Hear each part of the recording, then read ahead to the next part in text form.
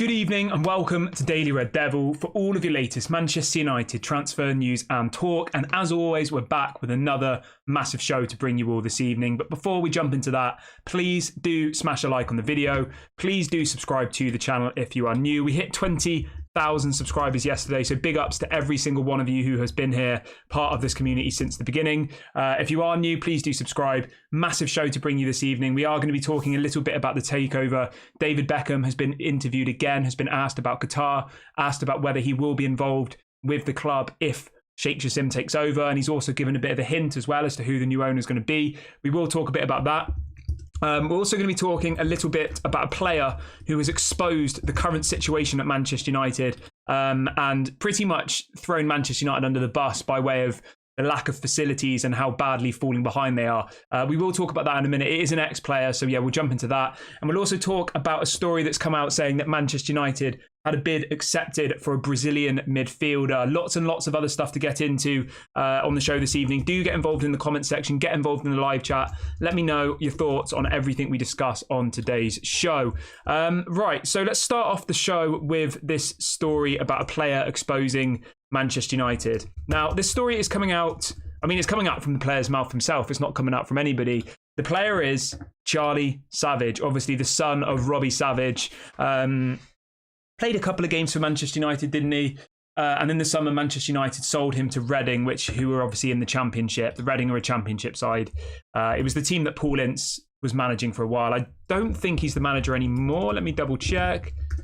I think he got sacked. Yeah, he got sacked. So the team that Paul Ince used to manage, obviously Charlie Savage, Robbie Savage's son, left Manchester United in the summer and moved over to Reading in the Championship. So Charlie Savage has been interviewed today talking about his time at Manchester United. Obviously, he'd come through the youth academy and also talking about his switch to Reading.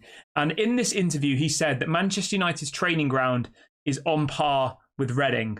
I mean, that is literally... it's an insult, isn't it, really, to Manchester United to be the biggest club, or what we perceive as the biggest club in the world. You know, even if you're not a Manchester United fan, I think anybody would agree that Manchester United are in the top 5 biggest clubs in the world by way of fan base, right? We make a ridiculous amount of money. We make record revenue every single year. And Charlie Savage, who's been at Manchester United for most of his career as a youth player, is saying that the facilities they have currently for the players at Reading, which is a Championship level club below the Premiership, are on par with what Manchester United, one of the biggest clubs in the world, are offering. I mean, that is absolutely embarrassing, isn't it? I think that's an absolute joke, isn't it? And I mean, fair play to Robbie Savage for speaking out and saying that, because it does just open our eyes. Obviously, we had Cristiano Ronaldo last summer speaking to Piers Morgan, didn't we? And he said that the facilities hadn't been updated in, the time between when he was here as a boy, pretty much, as a teenager when he first came. That the swimming pool was chipped, all of the gym equipment hadn't been updated. And the fact that another player has come out, another ex-player, pretty much just slagging off Manchester United, saying that it's an absolute joke, But let me know what you guys think about that one. Hopefully these little bits of stories do just paint a bit of a picture for all of the people who don't share the same frustration as us. When you speak to rival fans, they all say, oh, stop complaining, he spent 100 million on Casemiro, or they all just come out with these pointless arguments that don't really actually add anything. That's all that rival fans ever say. And when you try and say that our facilities are not where they should be, the stadium's falling apart and all of these things, people just think it's an excuse. The fact that our training ground is on par with the Championship training ground, our facilities are, I assume he means everything, by way of the staff, by way of the medical staff and all the rest of it, by saying that our facilities are on par with a Championship level club. And from an outside perspective looking in, when you have Ronaldo, one of the greatest players in the world, saying that they don't update the gym facilities, that kind of says it all for me, doesn't it? If you have a membership at your local gym, the gym I go to around the corner, right, it's pretty makeshift. They get new equipment in there most weeks. They'll get random little bits of new machines coming in and stuff. The fact that Ronaldo came out and said that they haven't updated any of the machines in like 10 plus years, it's an absolute joke, isn't it? And hopefully players like this speaking out, yes, it's not the biggest player in the world. Yes, it is just Charlie Savage. But I think it's good, and I think it does just paint a bit more of an honest opinion of what the current state of affairs is like at Manchester United. Obviously, it is only Charlie Savage. He's not, some super Ballon d'Or winner like Cristiano Ronaldo. But it shows you that on both ends of the spectrum, right, you've got Cristiano Ronaldo saying these things, then you've also got these youth players who've been there for most of their career, who've now moved somewhere else, saying that the facilities at my new place, which is a championship level club, is on par, and it is just eye-opening. But let's move over to something positive. Obviously, I wanted to bring that into the show, a player who's exposed Manchester United, and that is now some positivity to bring you all on this Thursday evening. The positivity is Amad Diallo is now very, very close to returning to football. He's been posting on his Instagram earlier on today. He did a story, and he said the exact thing. He said, it's just a little longer before I will be returning. We are expecting Amad Diallo to be back and available for selection after the international break. Obviously, we play, who do we play? We play, what's their name? Begins with an S. Sheffield United. We play Sheffield United a week on Saturday, and Amad Diallo is expected to be available for selection in that game. Really, really happy about that. Whether or not he'll start the game, I would be extremely surprised if Amad Diallo starts for me personally. But I think he's definitely a valuable addition to the squad. Obviously, he had an unbelievable season at Sunderland in the Championship next year. And I think we need players in those attacking positions because we have lacked a little bit creatively since the season started. And I think bringing in someone like Amad who offers something different, he's fast, he's skillful, he's got that low sense of gravity, a little bit like Pellistri. He keeps the ball quite close to him. He draws players in. I think he will give Erik ten Hag a completely different option going forward. And I really hope that he gets some game time because I think he deserves it. I do. He's done all of the right things, going off to the Championship, doing really well there, getting the player of the season for Sunderland. Yes, people will say that's in the Championship, but for a player like Amad, who is quite small, he's not the most physical, to go and do well in the Championship is really, really positive. So I'm really happy for him. Hopefully he comes back and hits the ground running because I know a lot of people are unsure about Anthony. There's always the cloud over Anthony at the moment as well of whether these allegations against him are going to become serious again. And if that happens, we're going to rely on people like Amad Diallo. We'll rely on people like Pellistri. So hopefully he comes back and hopefully he kicks off. He hits the ground running. But let me know what you guys think in the comments section. Are you excited about the return of Amad Diallo? What kind of expectations do you have for him? Where do you see his future? Do you think he's going to be good enough to be starting every single game for Manchester United? Let me know what you guys think. Obviously, he is mainly going to be in that right wing position. So it does make you think that if Jadon Sancho, this £75 million player, doesn't get picked in right wing, how is Amad Diallo going to get picked? That's the only worry for me. Anthony seems to play every single match, and whether that's right or wrong, that's up for you to decide. The manager seems to like Anthony. He seems to play every single game. Is it because it was Erik ten Hag's biggest signing? Maybe he feels that he has to make it come good, potentially. Maybe Erik ten Hag thinks that he's going to be judged on that signing, probably, by most fans. For me, I kind of understand it. I understand why Anthony gets picked. I think he defends well. I think he works hard. Whether he's world class, I don't think so at this moment in time. But he does what Erik ten Hag wants to match his system. He runs a lot, he presses, he tracks back, and he gives 110%, I think. So for me, I get it. Whether or not the other players are more deserving, I'm not sure. At the end of the day, we have to play. Erik ten Hag has to pick players who he thinks are going to execute his game plan. And if he thinks that Anthony's going to execute it, then I trust him and I believe him. The people who are saying give Sancho a chance, every time Sancho comes on the pitch, he doesn't convince me personally. He looks like he isn't bothered. He doesn't track back. He doesn't press. And I don't think he's good enough to be like a Messi type player who just stands around for 90% of the game and then creates a moment of magic and wins you a football match. Because for me, Jadon Sancho doesn't do that enough, if any, for Manchester United. Yes, he did it at Dortmund, but could you argue that maybe he was just stat padding with the greatest striker in world football at the moment, Erling Haaland? That's a question for another day, but it's one to think about. Let's see what people are saying in the chat this evening. Let's have a look. Ravi says, hi, Kieran. Good afternoon from Trinidad. Hi, Ravi. Hope you're doing good. EML says, he says Hannibal and Amad will shine. Amad was the best player in the Championship and Hannibal is playing really well this season. Yes, I agree.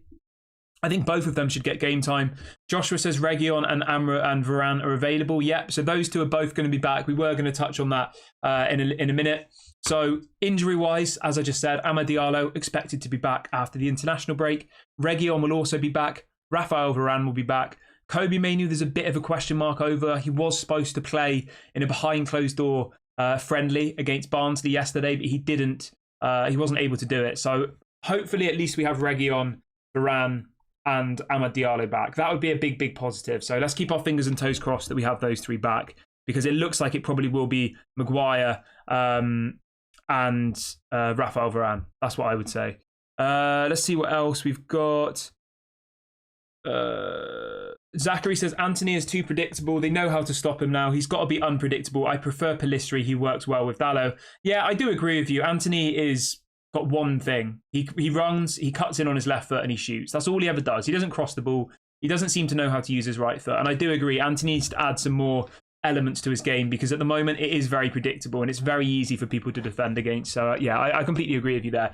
Everyone who's just joined in the last couple of minutes, please do smash a like on the video. Please do subscribe to the channel if you're new. It doesn't cost any money, completely free. So please go and do that if you haven't already. And let's move on to this story about David Beckham. So David Beckham has been interviewed this afternoon on CNBC over in America, obviously talking about the Manchester United takeover. And I've written down a couple of the key quotes from this interview to bring you this afternoon. So he was asked about his relationship with Qatar, and David Beckham said the following. He says, "I have a long-standing relationship with Qatar. There's obviously been a connection since I was there, since I was at PSG." So obviously you've got to remember, David Beckham played for PSG, which is owned by Qatar. David Beckham was the face of the bid to get the World Cup in Qatar. He has a very, very close connection to Qatar. He also then goes on to say, he says, "I think there will be a takeover of Manchester United, and I think it is the right time." So David Beckham is hinting that the takeover is happening. Whether that's going to be Qatar or not, he doesn't say. But the context of this conversation is David Beckham on the Qatar deal. And his headline is, right, David Beckham asked about whether the Qatar deal will happen. He says, "I think there will be a takeover. I think it is the right time." So you might say that it's just David Beckham spouting rubbish, but if anybody's going to have any hint at all, I think David Beckham, Rio Ferdinand, when he was on that train station, what was it, in the summer, everyone kind of thought, like, where is Rio Ferdinand getting this story from? He's got no link to Qatar. David Beckham, he literally has just been the main brand ambassador for the World Cup over there. We know that he's supposedly going to be a brand ambassador if Qatar get the club, and he's now coming out publicly and speaking about it. He then goes on to say that at the moment there's no stability at Manchester United. "I want ownership to take over and take back to United to where they should be." So he's really, really pushing it. And then he also says, he's then asked about whether he would become an ambassador for Manchester United. He says, "At the moment there's been no discussions about that, but everyone knows that I'm a Manchester United fan and I've been very vocal about the situation at Manchester United." He says, "It's the right time for somebody else to take over at Manchester United." So David Beckham is doing all he can on public TV and all of these interviews to really, really push, Manchester United and Qatar together. Let me know what you guys think about that. Do you think this is just David Beckham trying to sell his Netflix documentary? That is a possibility. Let me know what you guys think in the comment section below, in the live chat. When someone like David Beckham speaks, do you listen, or do you think this is just another Rio Ferdinand, where somebody who probably... The thing is, I don't really want to put David Beckham in the same category as Rio Ferdinand. Like, player-wise, obviously they're both Manchester United legends, but David Beckham talking about Qatar, knowing that he was the face of the Qatar bid, knowing that he has close links to the Middle East, is very different to Rio Ferdinand, who, as far as I'm aware, has zero connection to this bid whatsoever. So I think it is an interesting one. Let's see what people are saying in the chat this afternoon or this evening even. Robbie says, "I think the Sancho saga is affecting Rashford." I agree with you 100%. I think it really, really is. I think that this Sancho situation is affecting quite a few of the players. And I think that Marcus Rashford, it can't be a coincidence that his head's dropping on the pitch, that he's not working hard anymore. He doesn't look motivated. He looks like he's disinterested. I think that is all because of the Sancho situation, to be honest. Mark says, "I don't think the Glazers care what Beckham has to say, to be honest. The Glazers have all of the power." I agree somewhat, but I think David Beckham has a lot of power in America now. Obviously, he's just taken over into Miami. There's a lot of business deals that the Glazers could benefit from by having a close relationship with David Beckham. I think that they could definitely lean on him. Whether or not David Beckham would want to be involved in anything to do with the Glazers, I don't know. I think David Beckham is a businessman. Lumen says, "Kieran, do you trust David Beckham?" I mean, it depends what the context is. I mean, David Beckham knows far more about this takeover than I do. Whether I think he's going to be the one to announce that Qatar have won the club, I don't think he'll announce that personally. But I'm pretty sure David Beckham will have a good idea of what's going on with Manchester United. I would be very, very surprised if he doesn't know what's actually happening behind the scenes. Think about it logically. All week we're being told that he's going to become an ambassador for Manchester United, for Qatar, if they take over the club. We know that he was the face of the World Cup bid. We know that he has close links to Qatar and other countries in the Middle East. Like, he clearly is going to have some sort of links to the bidders and have some sort of information that I don't think Rio Ferdinand would have had personally. I'm not saying Rio Ferdinand made it up. I'm sure somebody told him. But what I'm saying is I think David Beckham would have better sources closer to this takeover than what Rio Ferdinand probably had.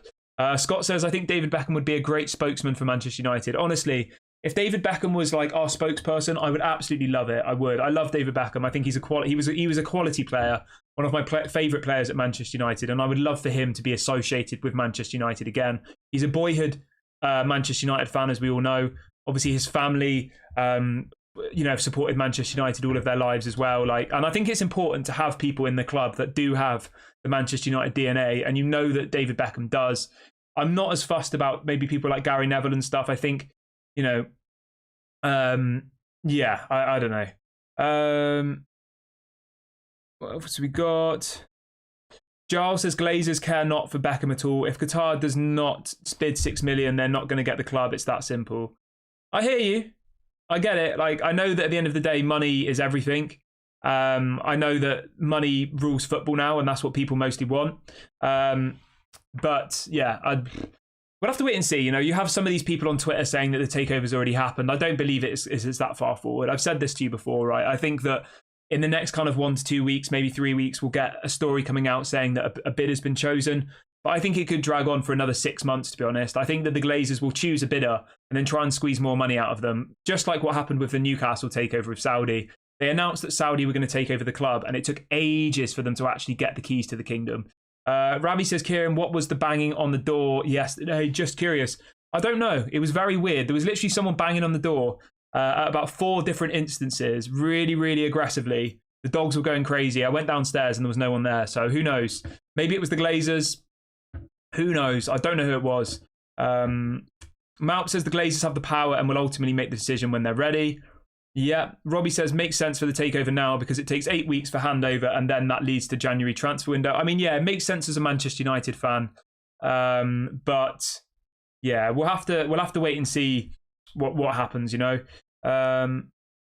Nabil says Qatar might add some more money. I think they will add some more money, but I think it will be once they get selected as a preferred bidder. I think the Glazers will squeeze some more money out of them because that's what the Glazers are here to do. The reason they're dragging it out is because they want more money. They want as much money as they possibly can for their cash cow. They want to milk it literally dry before they leave. But yeah, let me know what your thoughts are on that one. Let's move over to this story quickly. Coming in from Fabrizio Romano about Jadon Sancho. I won't talk about this for too long because I know you're all sick to death of talking about Sancho. But so Fabrizio Romano is reporting this evening a departure of Jadon Sancho in January is now becoming more and more a concrete possibility. United believe this is the best option for all parties. At the moment, there are no discussions with other clubs. There is always a possibility of changing the situation, but it seems complicated at the moment. So the situation on Sancho stays the same. It's been 5 weeks since he did that tweet. He hasn't apologised, and we know that Erik ten Hag will not be bringing him back unless he issues a formal apology. The next thing I wanted to highlight as well was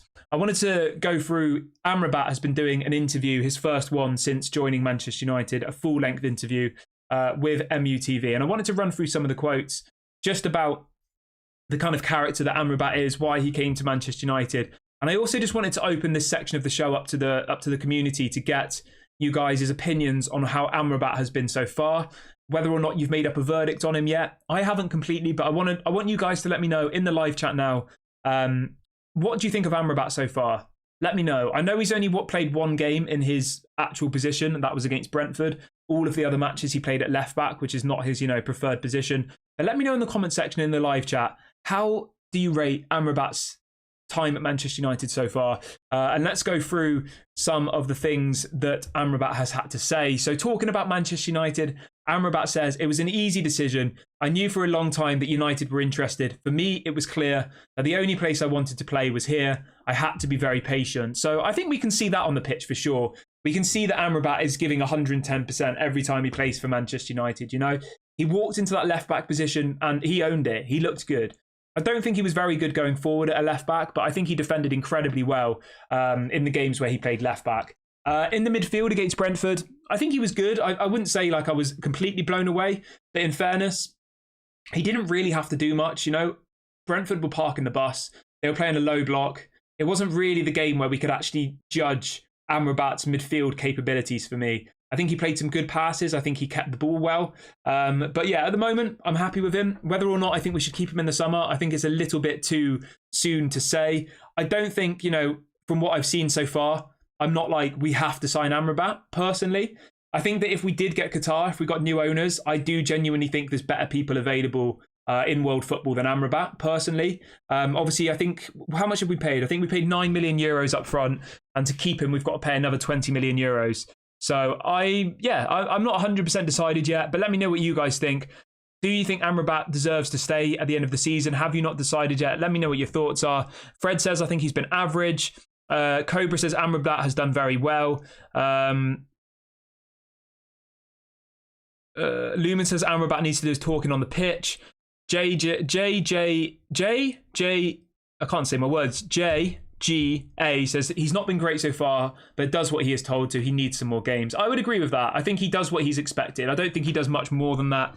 Nabil says if we get Qatar, we can get any player. Yeah, that's the thing. I think, for me, Amrabat is kind of a Glazer signing. Like, I'm not trying to slag him off. I like Amrabat. I wanted him in the summer, but I wanted him because I thought the Glazers were going to stay. It wasn't a Qatar transfer window.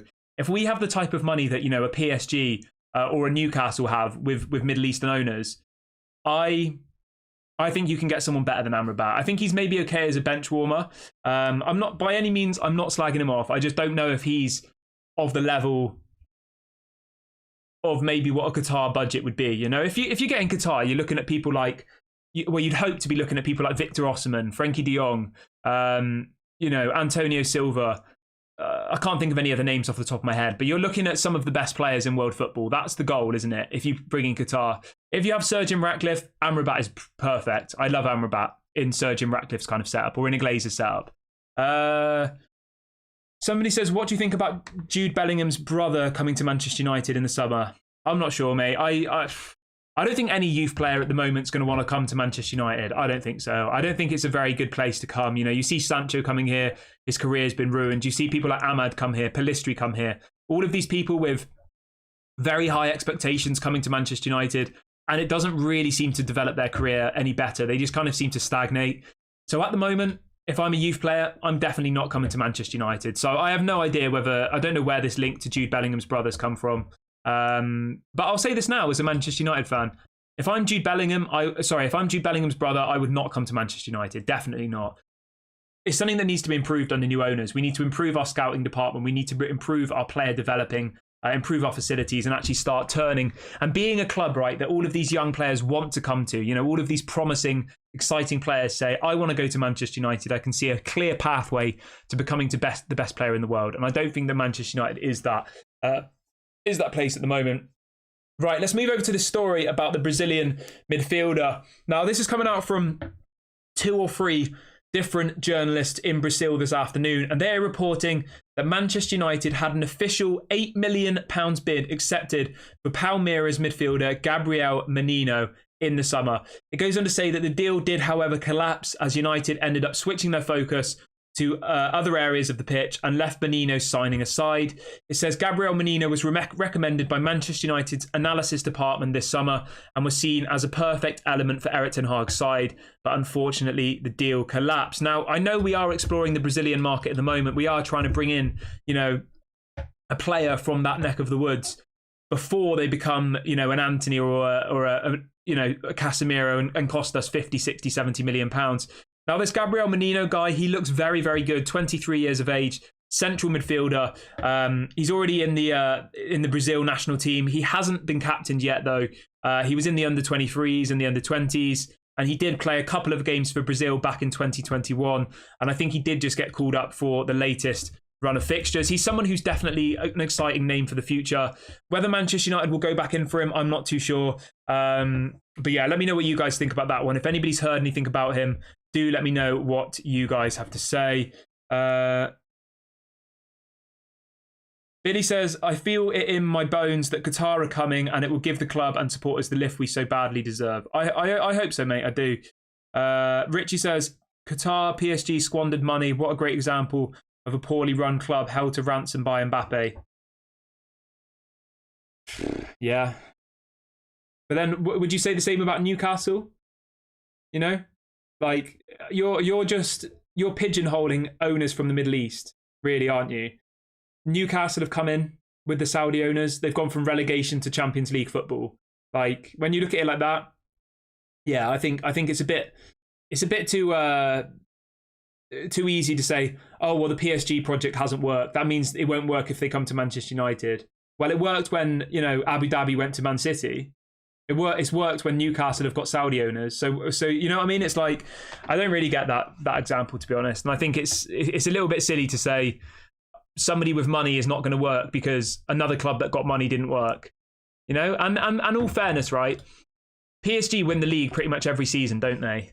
Like they win the season, they dominate that league. Maybe they were doing that before. You know, you don't know what exactly their goal was when they took over. They've taken PSG from this club that didn't really have any commercial value to like one of the biggest clubs in the world from a social media, from a brand perspective. And maybe that was what Qatar wanted to do. Yes, they want to win the Champions League. You know, yes, they've had lots of players there who've not really worked and all the rest of it. But from a commercial side, they brought Messi there. They brought Neymar there. They've got Mbappe. They had people like Beckham, Ronaldinho. They had all of these incredible players at PSG. Yeah, so I don't know. I think it's a little bit easy to say that.